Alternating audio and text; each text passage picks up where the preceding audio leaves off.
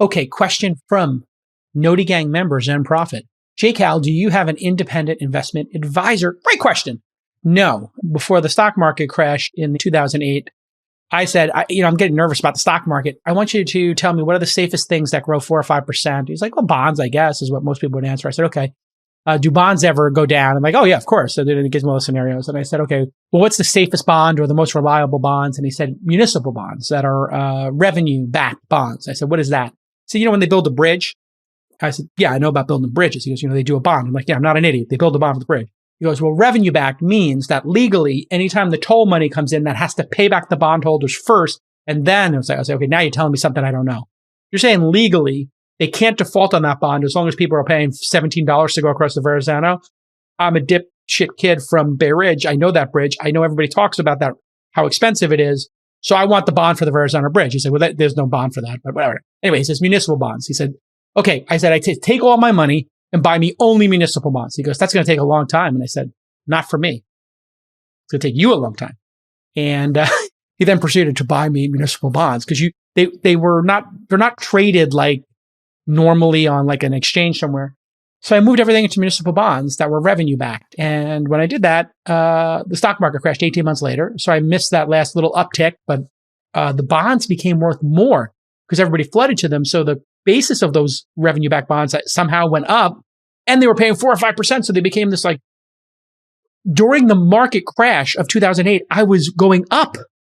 They called me this and said, Jake, how you're a genius. How do you know? Blah, blah, blah. And I was like, well, I just was scared. That's what I knew. I was scared.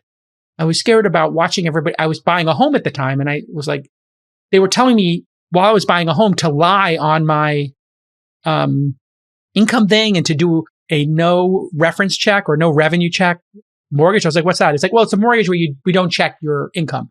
And I was like, but wait, you have to check the income. He's like, yeah, it's a new kind of mortgage. I was like, I forgot what they called it, but it was like a no auditing of your financials mortgage product, and it costs a little more, and you could just buy more. So you should buy a $5 million house, you should buy a $10 million house. And I was like, but I can't afford that. And they were like, yeah, but with this, you just flip it 5 years from now. I was like, well, what if I can't flip it? He's like, yeah, but you can flip it. I mean, look historically. And I was like, yeah, that sounds really dumb to me. So anyway, at that point I said, listen, nothing personal, but I had to, every time I wanted to transfer money or every time I wanted to do anything with my own money, I couldn't text my money manager to do it. He'd make me call him. And he was a nice guy. But then he wanted to talk about the Knicks. He wanted to ask me about my family. It was like a whole moment for him to bond with me. And that's very nice. But I don't want to talk to you. I just want to send $50,000 to the cage at the Aria. And he would ask me, oh, what's this for? And I was like, for me to go be a complete degenerate in Vegas. I'm sending $50,000 to the cage in the Aria. What do you think it's for? It's not for dinner. It's to gamble. I would have loved to read that profile on CNBC. Imagine that. They did a profile on you, how you made it through the recession. And you're like, what was your strategy? It was amazing. You're like, I was just along the Verrazano Bridge. Basically, it's a long bridge. I was along the bridge. I was along the bridge. That's it. I was along the bridge. It's the longest bridge they ever made. Island. Underrated borough. I was along the bridge. I had a thesis that was the worst borough and that they would be less than the worst at some point because Queens sucks. No offense to Queens. I'm joking. Queens is the second tourist borough. Brooklyn, Manhattan, Bronx, Queens, Staten Island. Don't mention. Anyway, that's it. So I fired my money manager. Essentially, I didn't fire him. I don't make it dramatic, but I just said I'm going to manage my own money. And then I looked at it. I read all the books on managing your money, and it was basically like be diversified. And then I had Wealthfront, and I was like, well, that's diversified by default. And I was like, I have access to the one investment class everybody wants, which is early stage startups.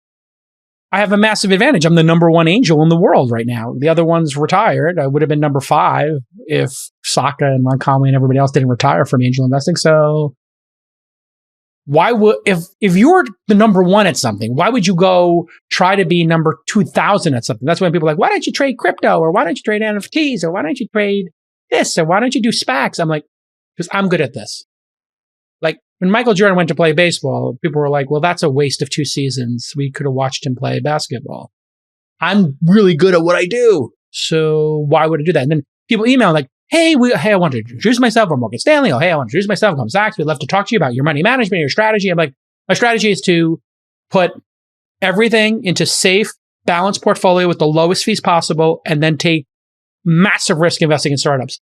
what do you think of that strategy? Like, oh my God, it's a brilliant strategy, barbell strategy. But I'm like, great. How would you change it? Crickets. Crickets.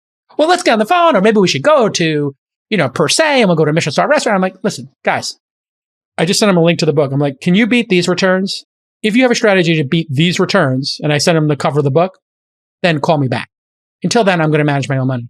And they're like, we can't beat your returns. I'm like, so why would I use you? Why would I pay you 1% of my money? Like 1% of my money is a bigger number now. Like I could hire a staff for that amount, which I do. I have a staff.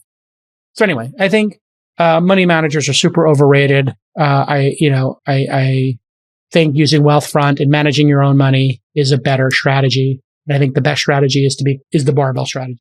Safety over here, and then really high risk stuff over here that could change your life. And that's, I think, that's my personal belief. You take it for what it's worth. I don't know what you paid for this advice, but that's the advice I'm giving you.